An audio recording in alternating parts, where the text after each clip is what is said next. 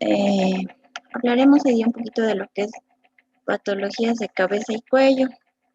En realidad, dentro de este tema son miles y miles de patologías. Algunas tienen relevancia y significancia morfológica. Las que no tienen no van a ser destacadas en este tema, puesto que en el área de patología lo que más nos interesa es ver los cambios morfológicos. Como ven acá en la imagen de presentación, es un libro entero que dedica a cabeza y cuello. En Robbins también han tomado solamente las patologías que denotan cambios morfológicos. Entonces vamos a ver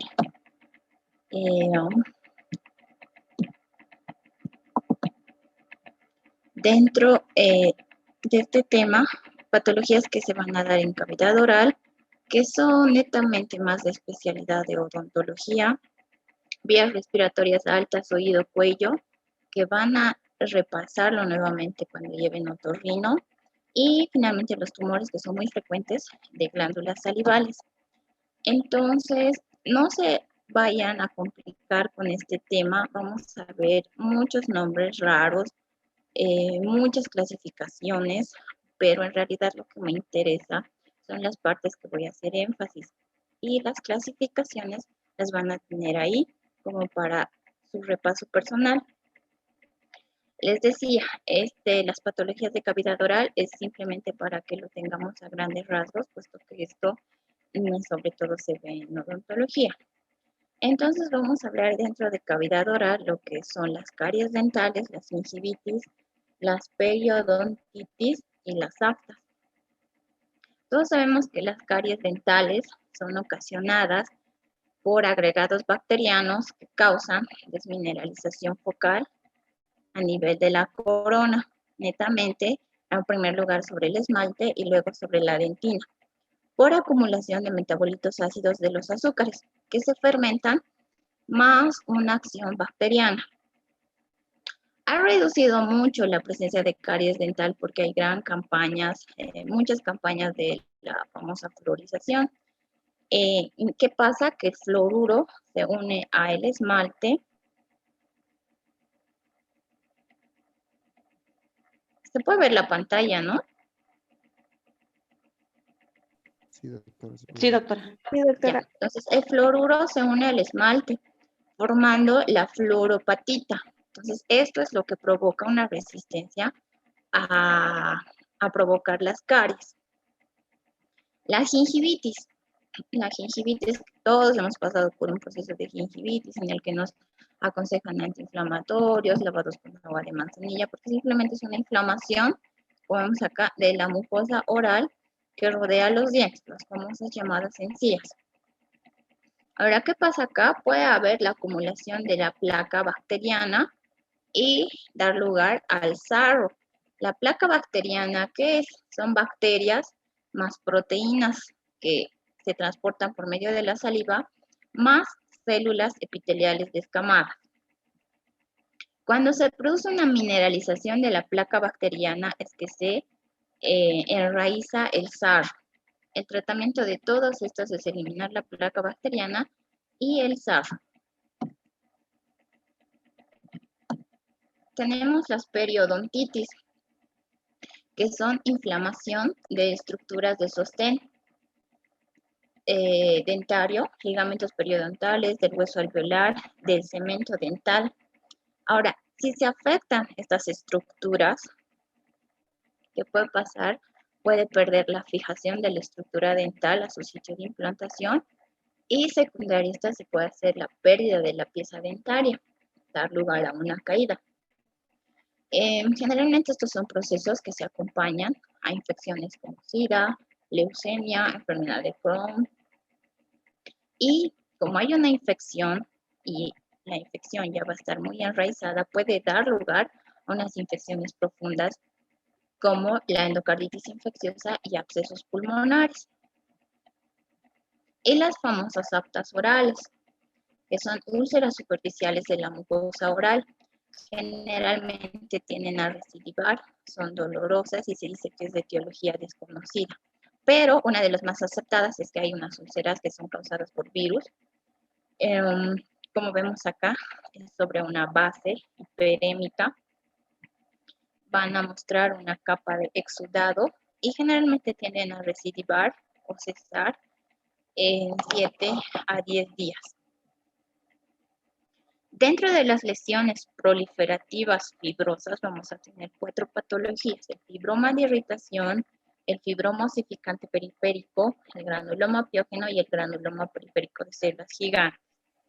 Muchos nombres, no se van a confundir con todo esto. Lo estamos llevando a grandes rasgos. Lo que me interesa es que sepan las clasificaciones y de dónde se origina cada tipo de patologías. Fibroma de irritación. Como lo dice su nombre, es un fibroma que es causado por una acción repetitiva traumática. Por ejemplo, no sé si está cambiando las diapositivas, porque no cambia. a ver, veremos.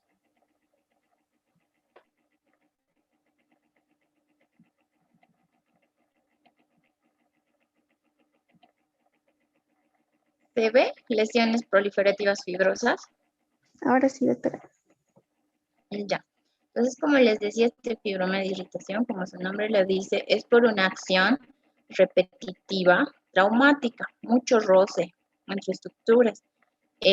Se da, por ejemplo, cuando hay una alteración en la línea dental, cuando se empiezan a usar placas dentales, y esa acción repetitiva da lugar a una hiperplasia focal de la mucosa. No tiene mayor repercusión, una resección, y ese es el tratamiento completo. No tiende a recidivar. El fibroma osificante periférico. Aquí está. Esta es de etiología reactiva. Se puede dar sobre un granuloma piógeno. Aquí está. Vamos a ver el granuloma piógeno. El granuloma piógeno, entonces, como su nombre lo dice,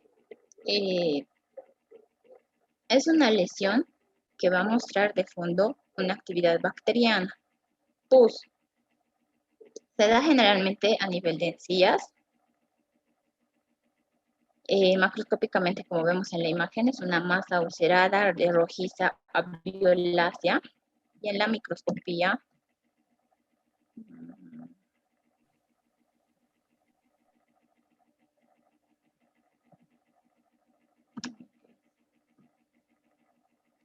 vamos a ver una proliferación vascularizada con tejido de granulación acompañada de las bacterias. Entonces, este es asiento de un fibroma periférico. Y finalmente, el granuloma periférico de células gigantes. Esta es de etiología reactiva inflamatoria. Como su nombre lo indica, en la histología vamos a ver células gigantes.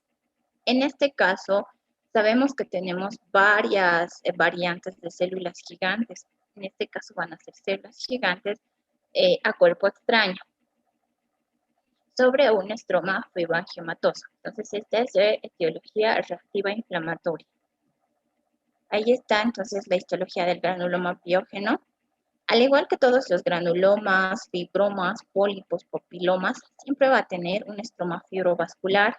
Vale decir, esta es como que la cadena de alimentación de este proceso. Entonces, de fondo siempre vamos a tener un estroma fibrovascular rodeado de un infiltrado inflamatorio en este caso agudo y algunas colonias bacterianas. Y en el granuloma periférico de células gigantes, luego del estroma fibrovascular, tenemos la presencia de células gigantes a cuerpo extraño. Son muy diferentes a las células gigantes de tipo Langhans que se ven en tuberculosis. Dentro de las infecciones, vamos a tener la infección por virus herpes simple 1. También se puede dar por el virus herpes simple 2, que es la variante genital, pero es más común por herpes tipo 1. Se da sobre todo en pacientes de 2 a 4 años y se puede hacer un diagnóstico por este test de sangre. Ahorita lo vamos a ver de qué se trata. Generalmente estas son asintomáticas, son dolorosas a la palpación ya cuando agarran tamaños grandes. Generalmente se asocia un 20% a una gingivoestomatitis herpética aguda, con presencia, como vemos aquí, de vesículas. Vesículas que si se unen entre ellas llegan a ulcerar la mucosa. Esto es lo que les decía. Si nosotros rompemos, pinchamos o llega a supurar una de estas ampollitas, no solo en cavidad oral, sino en, qué sé yo, mano, y le hacemos un extendido de ese líquido sobre un portaobjetos, lo llevamos a una tinción hematoxilina eosina, es esto lo que vamos a ver. Estas son las inclusiones víricas intranucleares propias del herpes simple. Entonces, el diagnóstico es muy, muy simple realmente para este tipo de patología, ya que solamente se hace un extendido citológico del contenido de la ampolla. Tenemos también la candidiasis oral. Sabemos que la Candida albicans en estado normal es parte de una flora microbiana normal, pero hasta cierto punto. Ya cuando hay, en este caso, un estado inmunitario deficiente, es que la cándida empieza a proliferar y se hace patológica. Entonces, ¿quién va a proliferar? Una cepa de Candida albicans. Como les decía, es una microflora oral de manera normal, hasta cierto punto. Hay una gran diferencia con otras patologías. Vamos a ver las leucoplasias. En la candidiasis, se forma esta placa bacteriana que se puede descamar, sale como una lámina. Entonces, ese es un diagnóstico diferencial que lo hacemos clínicamente para diferenciarlo de una leucoplasia. Entonces, como les decía, se da en pacientes con estadio inmunitario bajo. Quienes tienen un estadio inmunitario bajo, pacientes con SIDA, pacientes que han sido sometidos a trasplante, pacientes con alguna patología neutropénica, diabetes mellitus. Y las tres formas clínicas de candidiasis oral son estas. Y esta es pregunta de examen. La pseudomembranosa, más conocida como la candidiasis tipo Muget, la eritematosa y la hiperplásica, de las cuales la clásica por su forma de presentación es la tipo Muget, es esta, es una placa blanquecina. La eritematosa y la hiperplásica se ve a muy pocas ocasiones y como lo dice su nombre, esta eritematosa muestra áreas sonrojadas y esta hiperplásica muestra áreas mucho más engrosadas. Pero entonces la forma de presentación más frecuente de la candidiasis oral, vuelvo a repetir, pregunta de examen, es la tipo Muget. Entonces vemos, es una membrana inflamatoria blanca con presencia de microorganismos con exudado fibrino purulento sobre una base inflamatoria. Y aquí está justamente la presencia de las hipas de la cándida. Y este es el principal diagnóstico diferencial que debemos hacer de la cándida, es la leucoplasia. A diferencia de la cándida, esta placa blanquecina no se desprende, como en la candidiasis. Entonces, la leucoplasia y la eritroplasia prácticamente son lesiones preneoplásicas precancerosas. La leucoplasia se va a ver sobre todo en el suelo de la boca, cara ventral de la lengua, paladar y encías. Como vemos en la imagen, es una hiperkeratosis con acantosis blanquecina. Y tenemos una variante especial de la leucoplasia y es una leucoplasia vellosa.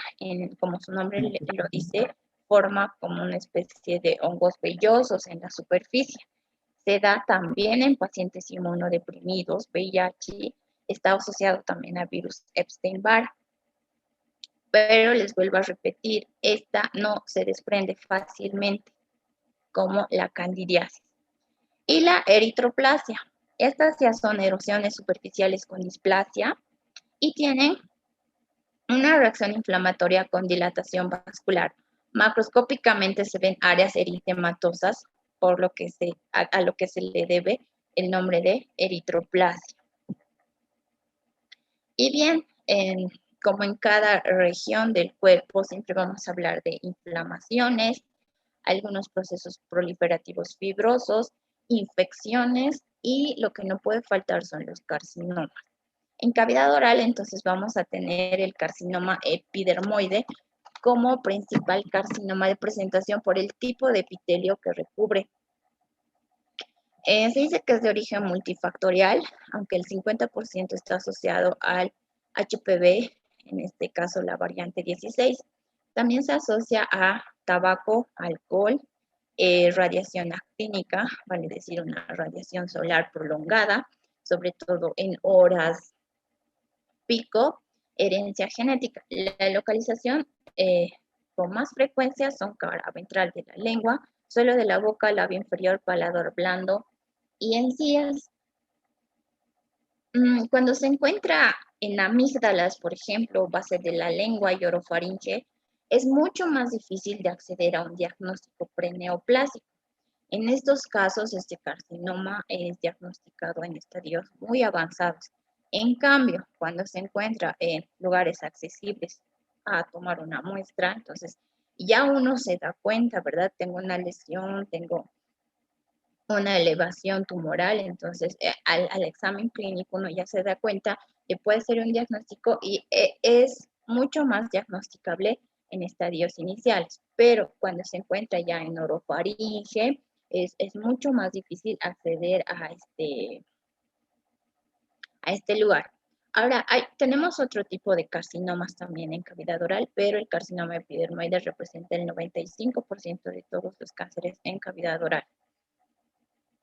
Y como toda tumoración, como todo cáncer, como toda neoplasia, no nace de la noche a la mañana, sino que tiene toda una secuencia morfohistológica.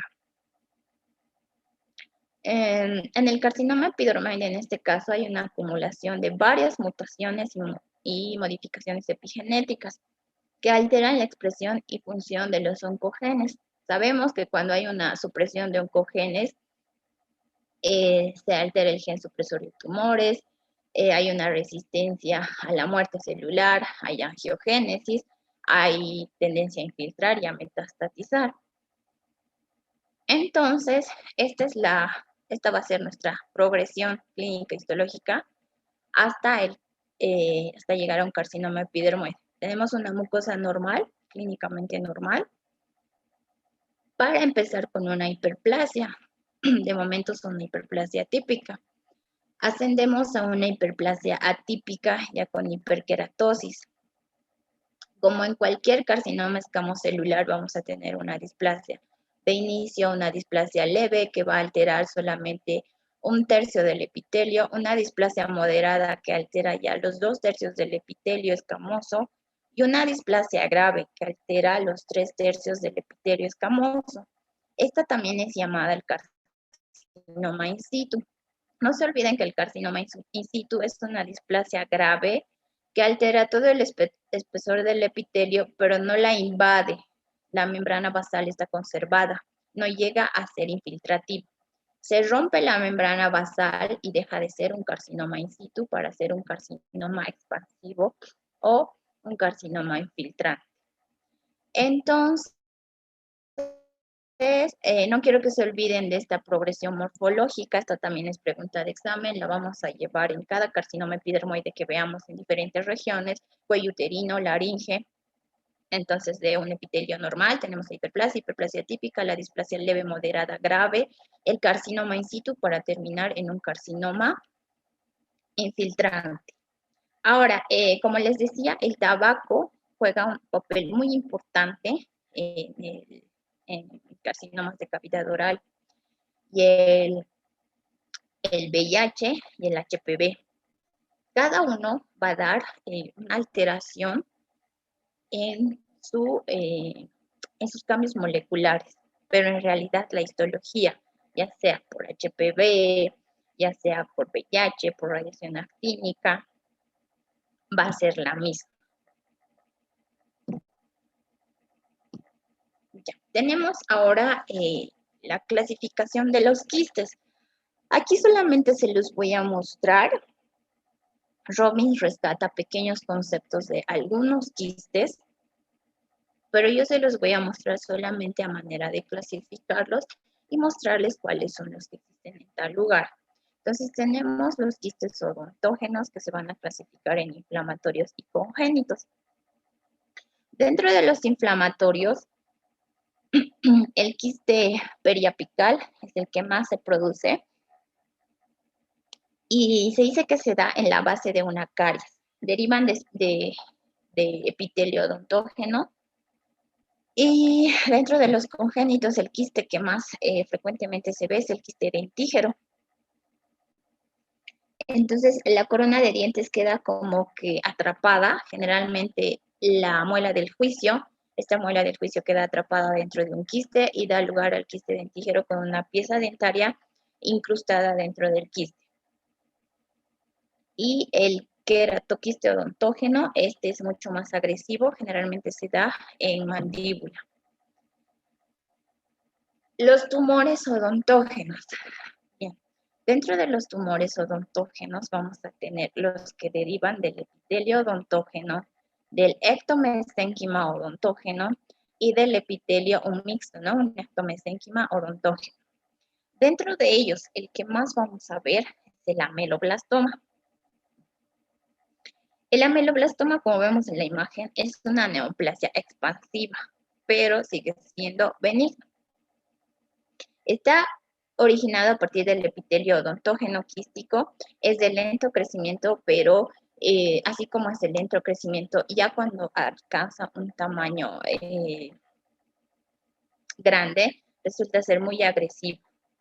Y dentro de los del epitelio del ectomesénquima y de odontógeno, tenemos como representante el odontoma. El odontoma es un tumor odontógeno que está constituido por epitelio, cemento y células escamosas. Resulta ser una variante de amartoma. ¿Ya? Entonces, les estoy diciendo también los más representativos de cada uno. Los demás se ven, no los vamos a ver en nuestra práctica clínica dentro de la carrera. Como les decía, esto es más de especialidad. No se asusten, no es necesario que me aprendan todo, simplemente que tengan un pantallazo de qué patologías son mucho más frecuentes. Pasamos a vías respiratorias altas. Si tienen alguna pregunta aquí, cavidad oral, o se los dejamos para los odontólogos. ¿Siguen ahí? ¿Me escuchan? ¿Ya se han dormido? Sí, se escucha. Estamos escuchando, doctora. Seguimos aquí, doctora. Ya, no se vayan, por favor. Vías respiratorias altas. ¿Quiénes están? Nariz, faringe, laringe. Dentro de estos es lo más común, lo que siempre vamos a ver, las famosas rinitis infecciosas, ¿no? El famoso resfriado común, que simplemente y clínicamente resulta ser una secreción nasal. Está dando por virus como el adenovirus, el rinovirus y con menos frecuencia por el virus hecho. Las famosas rinitis alérgicas, ¿no? Que se dan a sustancias específicas como polen, hongos, algunos alergenos, animales, ácaros de polvo, y sabemos que esto es sobre todo una reacción de hipersensibilidad mediada por inmunoglobulina E. Sabemos que una rinitis, ya sea infecciosa, una rinitis aguda, va a dar lugar a una rinitis crónica sin un tratamiento. Y episodios repetitivos de rinitis va a dar lugar a pólipos, ¿ya? Entonces, los pólipos son crisis repetidas de rinitis. Como vemos acá, podemos tener pólipos focales que varían de tamaño, que varían de presentación, que varían en número. Y como les repetía, y voy a volver a decirles, un pólipo, un papiloma, un fibroma, para que crezca, tiene que tener su estroma fibrovascular. Aquí está entonces su raíz de crecimiento, un estroma fibroso, y lo que le hace crecer son los vasos sanguíneos. Entonces esto nada más es una conformación polipoide, revestida por epitelio, y su estroma fibrovascular. Pasamos a nasofaringe. En nasofaringe vamos a ver de la misma manera patologías inflamatorias, patologías tumorales, y el más frecuente el carcinoma nasofaríngeo. Dentro de las inflamaciones tenemos las amigdalitis y faringitis que pueden ir, generalmente van juntas. Sabemos que estas también están causadas por virus, rinovirus, adenovirus y el virus hecho. ¿Qué vamos a hacer? ¿Qué vamos a ver a nuestra exploración física? Vamos a ver una mucosa eritematosa y edematosa. Se ve claramente el aumento de volumen de las amígdalas.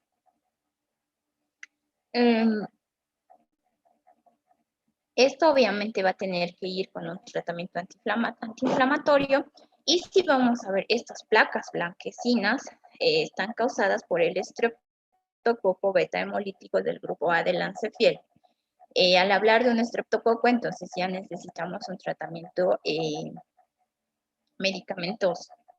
Dentro de los tumores tenemos el angiofibroma nasofaríngeo, que es un tumor benigno, muy vascularizado, por eso ahí su nombre de angio.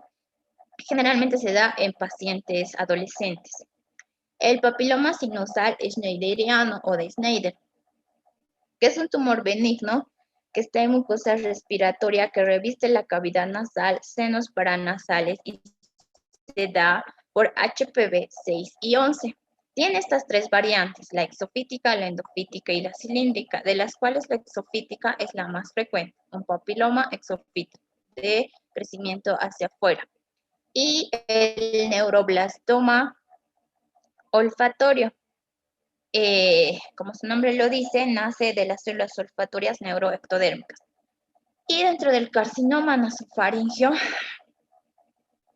vamos a tener tres patrones, pero estos son los factores que van a incidir en el crecimiento de este carcinoma: la edad, la herencia y si está asociado a el virus Epstein-Barr.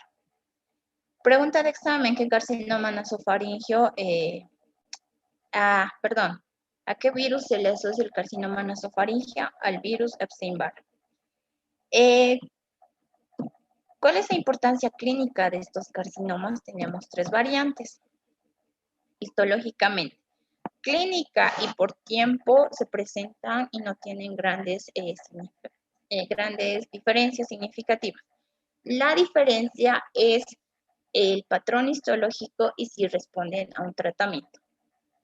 Entonces, estas son las tres variantes del carcinoma nasofaríngeo. La variante epidermoide queratinizante es la misma variante de un carcinoma epidermoide que ya hemos visto en cavidad oral.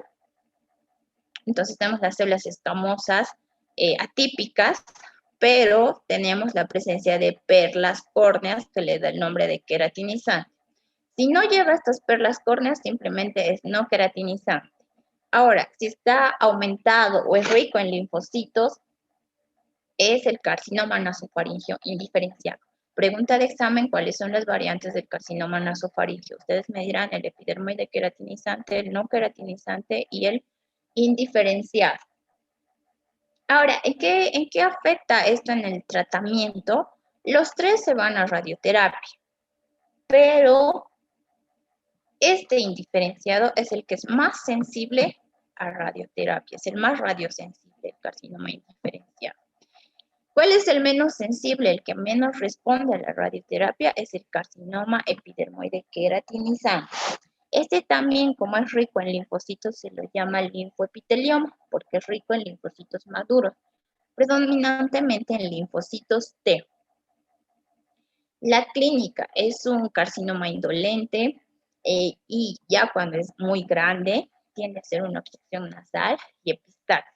Nuevamente repito, el tratamiento es radioterapia y el más radiosensible es el indiferenciado. El menos radiosensible es el epidermoide queratinizante. Pasamos a laringe. En laringe igual vamos a ver inflamaciones, papilomas, lesiones preneoplásicas y el carcinoma. Dentro de las inflamaciones, la laringe muestra, desencadena una inflamación, agresiones bacterianas, víricas, químicas, reflujo gastroesofágico por el cambio de pH, Y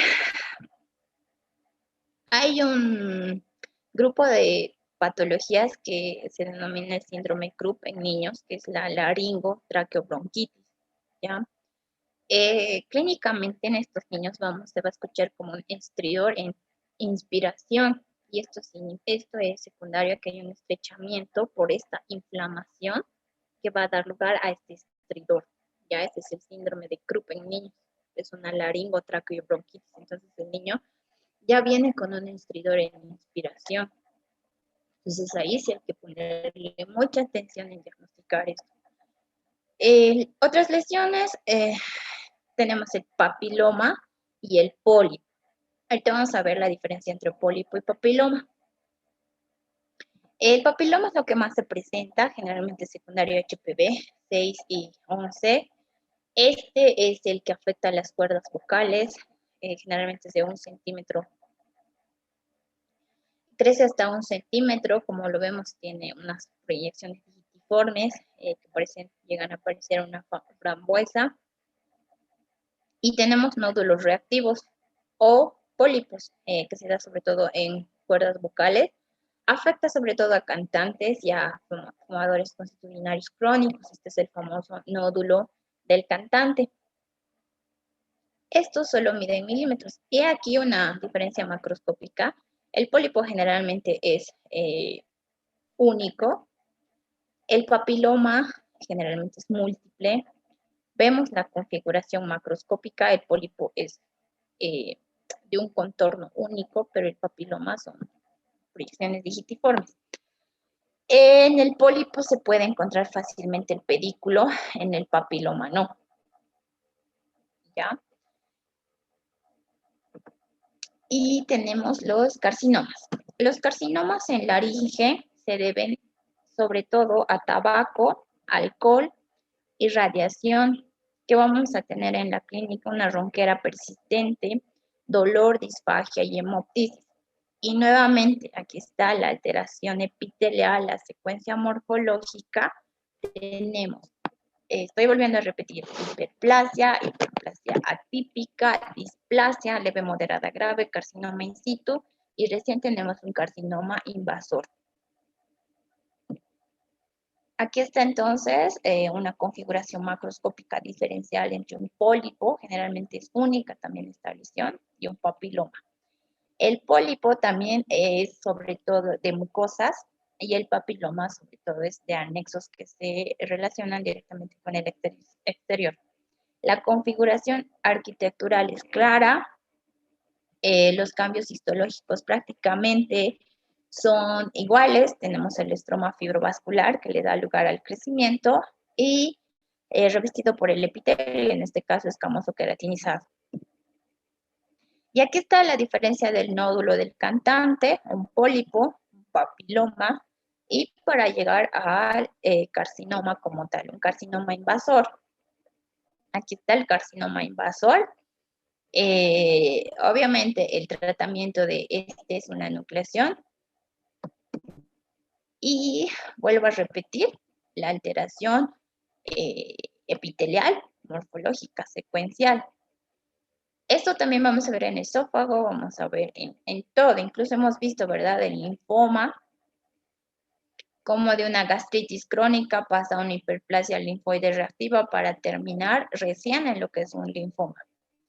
Entonces, vuelvo a repetir, tenemos un epitelio normal, una hiperplasia simplemente, que no muestra cambios atípicos, recién viene la hiperplasia atípica, tenemos una displasia leve, una displasia moderada, una displasia severa, un carcinoma in situ, pero sin romper la membrana basal. Cuando ya rompe la membrana basal ya tenemos un carcinoma invasivo y en estadios posteriores puede dar lugar a metástasis. Pasamos a oído. En oído también vamos a tener lesiones inflamatorias, lesiones por acumulación, en este caso anormal de hueso, y tumores. Dentro de nuestras lesiones inflamatorias, tenemos la otitis media. La otitis aguda y crónica generalmente se da a nivel de oído medio. Esto se da sobre todo en pacientes lactantes y niños. Puede ser de origen viral bacteriano como el Streptococo, el Haemophilus influenza, la Moraxella catarrhalis, y tenemos el colesteatoma. Son lesiones quísticas, como vemos en la imagen, que llegan a medir de 1 a 4 centímetros, están revestidas por afuera por epitelio escamoso, y adentro está un contenido amorfo, generalmente queratina. Entonces, un colesteatoma simplemente es la acumulación de una queratina que ha formado y se ha formado dentro de una formación quística. Tenemos la otoesclerosis. Es el depósito anormal de hueso. Generalmente se localiza en la base del estribo. ¿Qué va a producir? De inicio, una anquilosis fibrosa. Dependiendo al grado de inmovilización, al grado de esta anquilosis fibrosa, va a dar lugar a una hipoacusia leve, moderada, severa. Entonces, la hipoacusia depende de la anquilosis fibrosis y por ende de cuánto depósito anormal de hueso haya. Acá vemos, por ejemplo, todo esto es hueso. Entonces, esta prácticamente sería una anquilosis fibrosa muy severa. Y como en todo lugar, tenemos también los tumores. En este caso, tenemos un carcinoma vasocelular como principal presentación. Un carcinoma vasocelular simplemente son nódulos de células basaloides que han migrado de la base de la epidermis para hacer nidos atípicos. En segundo lugar, tenemos nuestro carcinoma epidermoide, ya lo conocemos. Los tumores a este nivel, por obvias razones, en oído, sobre todo en pabellón, vamos a tener que estos tumores se dan por radiación actínica, radiación solar, puesto que nuestra población está acostumbrada a usar bloqueadores solares, pero en región facial. Muy pocas personas son las que se ponen bloqueadores solares a nivel de oído como tal, sobre todo en hombres, ya que las mujeres tienden a cubrir esta parte por el cabello, pero los hombres casi siempre tienen descubierta esta área. Entonces, ellos son los que tienen que usar sobre todo bloqueador solar en oído. Se da también su era de presentación en hombres ancianos. Pasamos a cuello y seguimos con más nombres raros, varios quistes, varios tumorcitos. Bueno, en cuello vamos a tener dos quistes. El quiste branquial, que sobre todo se da en pacientes de 20 a 40 años y está en cara superolateral de cuello. Este nace del vestigio del segundo arco branquial.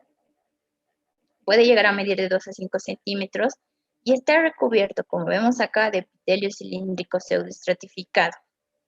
En la pared tenemos tejido linfático, que puede llegar a formar incluso algunos centros germinales, ¿ya? Y el contenido del quiste es seroso a mucinoso. Y tenemos el quiste del conducto tirogloso.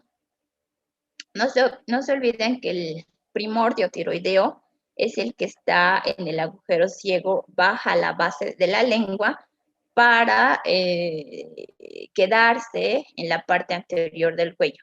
Es por eso que este quiste está en la parte anterior del cuello. También mide de 1 a 4 centímetros, está recubierto por epitelio estratificado en base de lengua y cuando está en situaciones más inferiores tiene epitelio cilíndrico pseudoestratificado. Bueno, en cuello tenemos dos quistes, el quiste branquial y el quiste del conducto tirogloso. Esto sí me interesa que sepan, dentro de los tumores que tenemos en cuello es el paraganglioma. ¿Qué es un paraganglioma? Es un conglomerado de células neuroendocrinas. Este paraganglioma está relacionado con el sistema nervioso simpático y parasimpático. Ojo, acá, y esta es pregunta de examen. La localización menos frecuente es suprarrenal. A este nivel, los paragangliomas no se llaman paragangliomas, se llaman feocromocitomas. A nivel extrarrenal, y es el más frecuente, recién estamos hablando de un paraganglioma. ¿Ya? Entonces, suprarrenal es feocromocitoma. ¿Ya? Ahora, dentro de los paragangliomas extra suprarrenales, que es el 70%, vamos a tener dos localizaciones de predilección. Los paravertebrales que están en los órganos de Zuckerland. Por ejemplo, estos órganos de Zuckerland son un grupo de paraganglios infradiafragmáticos, están en el espacio intercavo aórtico, más o menos por encima de la bifurcación aórtica, ¿ya? Y otro grupo está a lo largo de los grandes vasos de la cadena aortopulmonar, en cuerpos carotídeos y en cuerpos aórticos. De todos estos, el tumor de cuerpo carotídeo es el más frecuente y este es el tumor carotídeo clásico, el paraganglioma parasimpático. Vuelvo a repetir, dentro de los paragangliomas extrasuprarrenales, los que más vamos a ver, estos son los paravertebrales y de los grandes vasos de la cadena ortopulmonar, cuerpos carotídeos. Este de cuerpo carotídeo es el paraganglioma clásico. Parasimpático, ¿ya?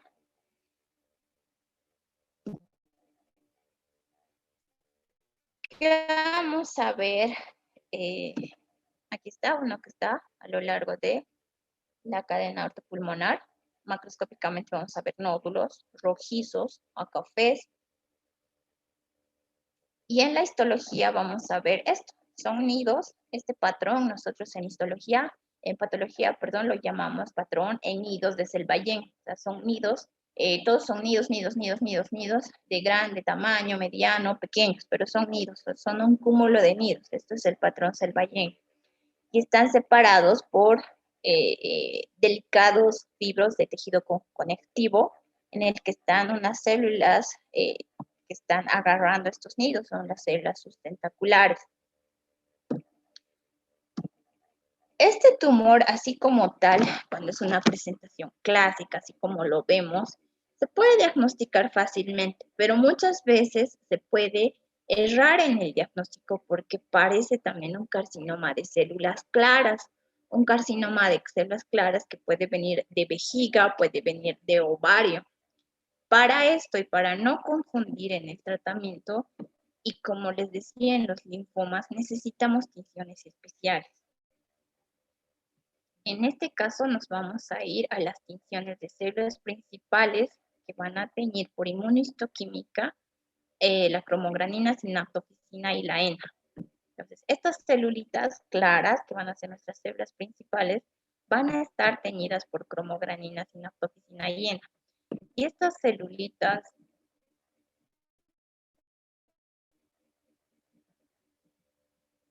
que agarran las células sustentaculares van a estar teñiditas, ¿está? Por S100. Entonces, este diagnóstico es aparentemente muy fácil de hacerlo, pero siempre es mejor estar 100% seguros y eso nos da la inmunistoquímica. ¿Ya? Este tumor como tal no muestra polimorfismo, no muestra mitosis, entonces tendría que ser de un pronóstico bueno. Pasamos a glándulas salivales. Ya estamos terminando el tema. Aquí me olvidé decirles, esta es pregunta de examen. El tumor de cuerpo carotídeo es un ejemplo de un paraganglioma simpático o parasimpático. Ya se les había repetido que es de un paraganglioma de tipo parasimpático. El feocromocitoma es un paraganglioma, pero suprarrenal. Ya, pasamos entonces a glándulas salivales. Esta es la última parte. ¿Y qué vamos a tener en glándulas salivales? Serostomía. La serostomía sabemos que es una sequedad por una menor producción salival. Esta se presenta en un síndrome de Sjögren. No se olviden que el Sjögren es serostomía y seroftalmia. Se produce generalmente por radiación y secundaria a medicamentos anticolinérgicos, antihistamínicos. ¿Y cuál es la complicación? Entonces, una menor producción salival puede producir caries, candidiasis, puede producir incluso dificultad obviamente, para deglutir, para tragar, incluso para hablar, porque no se olviden que todo el tiempo estamos renovando nuestra saliva. Entonces, si no tenemos saliva, va a ser muy difícil digerir y deglutir los alimentos. Tenemos la cialoadenitis, traumatismo vírico más frecuente, este es el llamado, las famosas paperas, ¿no? También puede haber una cialoadenitis de origen bacteriana y autoinmunitaria. Nuestro representante acá es el mucosele. El mucosele no es nada más que la obstrucción de nuestro conducto y se va a dar en niños y ancianos, sobre todo, ¿por qué? Porque a estas edades son muy frecuentes las caídas. Entonces, un mucosele generalmente se da o es secundario a una caída. Y se da generalmente acá, como vemos, en el labio inferior. Entonces, es una dilatación quística que se produce por obstrucción del conducto. Entonces, vamos a ver un revestimiento simple epitelial quístico con contenido ya sea mucinoso o seroso. Y tenemos la cialolitiasis. Como su nombre lo indica, es la formación de litos, de cálculos. Esta es producido o secundaria a una obstrucción.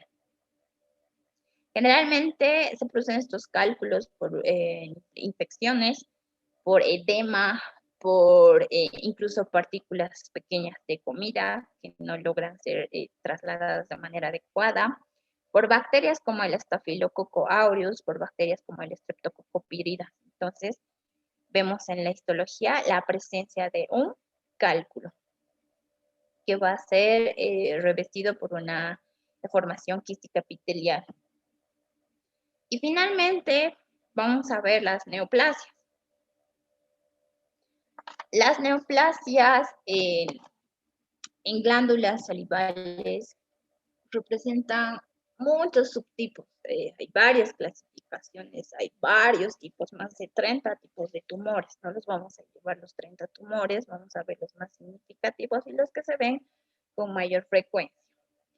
Dentro de las neoplasias vamos a tener que el 80% de las neoplasias se va a dar en glándula parótida, el 10% en glándula submandibular y el otro 10% en glándula salivar menor. Pero de todos estos, son benignos. Ahora, esto es inversamente proporcional al tamaño, porque aquí vamos a ver que de todos estos llegan a ser cancerosos el 15% de glándula parótida. O sea, si bien en glándula parótida se ven la mayor cantidad de tumores benignos, los tumores malignos son muy poco frecuentes en parótida, ¿ya? Los malignos. Los que sí son malignos es en glándula salival menor. También se dice que es inversamente proporcional al tamaño de la glándula. En líneas generales, los tumores de glándulas se dan en pacientes adultos. Lo que más vamos a encontrar son sobre todo tumores benignos.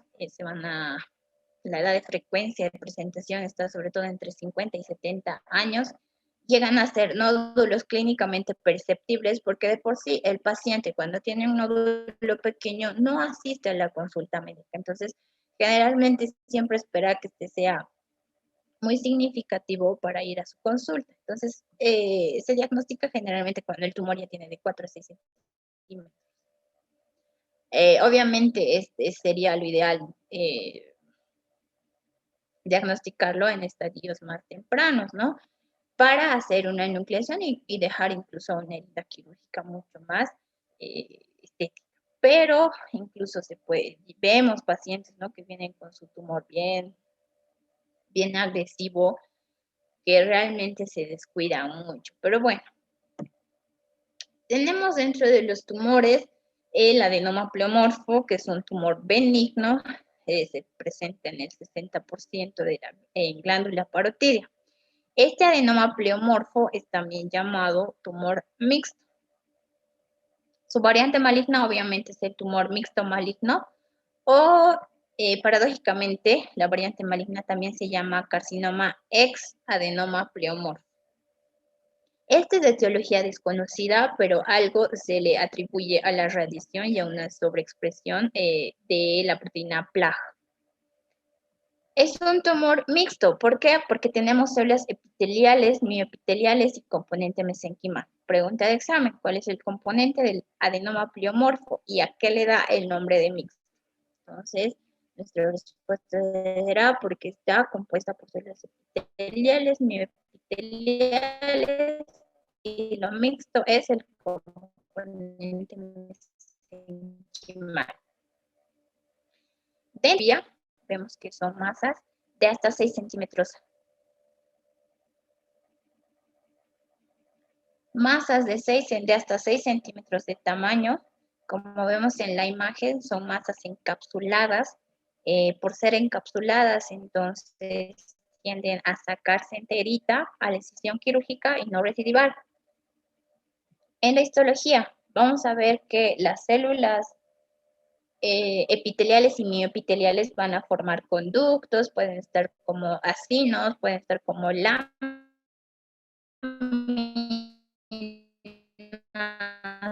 pueden estar como cordones, tienen una disposición. Vamos a tener un estroma de fondo mixoide, puede ser hialino. Y vuelvo a repetir, el componente mesenquimal es el que le va a dar el nombre a pleomorfo o a tumor mixto. Entonces, dentro del componente mesenquimal podemos encontrar desde tejido mixoide, condroide, muscular, óseo. Este tumor, como les dije, es un tumor benigno, por ende no vamos a encontrar mucha atipia celular, no vamos a encontrar displasia y no vamos a encontrar mitosis. Su variante maligna es el tumor mixto, en este caso maligno. Tenemos el tumor de Warthin,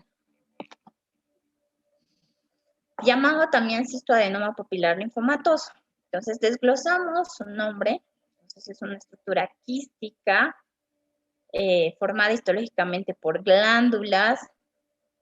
OMA, no nos olvidemos que es una variante, dentro de la nomenclatura es benigno. La conformación arquitectural es papilar y dentro de las papilas vamos a tener tejido linfoide. Entonces el tumor de Warthin, si desglosamos el nombre, ya sabemos que es un tumor benigno, quístico, conformado por glándulas de estructura papilar y que tienen tejido linfoide en su histología. Entonces, este es un tumor exclusivo de parótida, puede ser multifocal, bilateral, puede llegar a medir de 2 a 5 centímetros, se da de presentaciones de pacientes de 50 a 70 años, generalmente hombres. Como vemos en la macroscopía, son masas también encapsuladas, que generalmente se encuentran en la superficie de la glándula parótida. Al corte vamos a ver estructuras acá como que más blanquecinas que van a denotar estos folículos linfoides. En todas estas estructuras blanquecinas, entonces nosotros vemos que es la presencia de estos folículos linfoides. En la histología, que vamos a ver una doble capa de células epiteliales. Por un lado, la capa externa, unas células cilíndricas, y la capa interna, células cúbicas. Vamos a tener un estroma linfoide, que vemos acá algunos centros germinales. Y vamos a tener oncocitos-like llenos de mitocondria. Oncocitos-like significa estructuras parecidas a oncocitos. Y también, bueno, es frecuente, vamos a tener focos de metaplasia escamosa. Entonces, ¿qué es el tumor de Warthin? Ustedes me dirán, un tumor benigno, quístico, con glándulas de estructura papilar y tejido linfoide en su estructura. Pregunta de examen. Un tumor menos frecuente es el carcinoma mucoepidermoide. El tumor de Warthin, por si acaso, se asocia a pacientes fumadores crónicos constitucionarios. El carcinoma mucoepidermoide también se localiza sobre todo en glándulas salivales un 15%, pero también está en glándula parótida un 70%. Este sí es un tumor maligno primario. Es de 8 centímetros. Algo de malignidad le da su cápsula, porque su cápsula es poco definida. Entonces, se adhiere muy fácilmente a estructuras adyacentes vecinas. ¿Qué vamos a tener en la histología? cordones y células, cordones y láminas de células escamosas. No hemos desglosado el término. Carcinoma sabemos que es una variante maligna de un tumor epitelial. Muco va a ser el estroma, o sea, va a tener un estroma mucoide, mucinoso. ¿De qué? De células escamosas, epidérmicas. Entonces tenemos, como dice su nombre, células mucosas y células escamosas. Estas células mucosas, no se olviden que son células secretoras de moco. Y sobre un estroma mucinoso. Entonces, como ya es maligno, sí va a mostrar datos de atipia, datos de mitosis. Y este tumor sí se va a clasificar, no simplemente va a ser carcinoma mucoepidermoide, sino se va a diagnosticar con carcinoma mucoepidermoide de bajo grado, de grado intermedio y de alto grado. ¿Para qué? Para ver qué tan maligno es. ¿Ya? Entonces, dependiendo del grado, es que vamos a poder darle la invasión, el tiempo de invasión y el pronóstico. Y por último, el carcinoma adenoide quístico. El carcinoma adenoide quístico histológicamente se ve como un cilindroma en células, perdón, en anexos cutáneos. El carcinoma adenoide quístico se va a dar en glándula salival menor, por ende es pequeña. También está mal encapsulado. Las células van a formar un patrón tubular, sólido o cribiforme. Este es el patrón tubular y este es el patrón de cribiforme, sobre un estroma hialino. Las células son de núcleo compacto y oscuro y tienen citoplasma escaso. Entonces, este tiene tiene también la presencia de atipia, displasia y mitosis. Entonces, eso es dentro que son inflamaciones, lesiones proliferativas y tumores de cabeza y cuello. Son muchos nombres, son muchas clasificaciones, son muchos quistes, pero espero que les haya quedado lo más relevante. ¿Tienen algunas preguntas?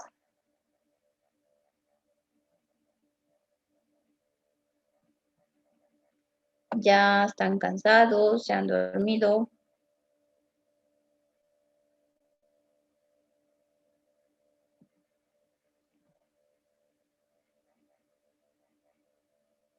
Estuvo claro, doctora. Es muy cansador, ¿no? Es muy largo.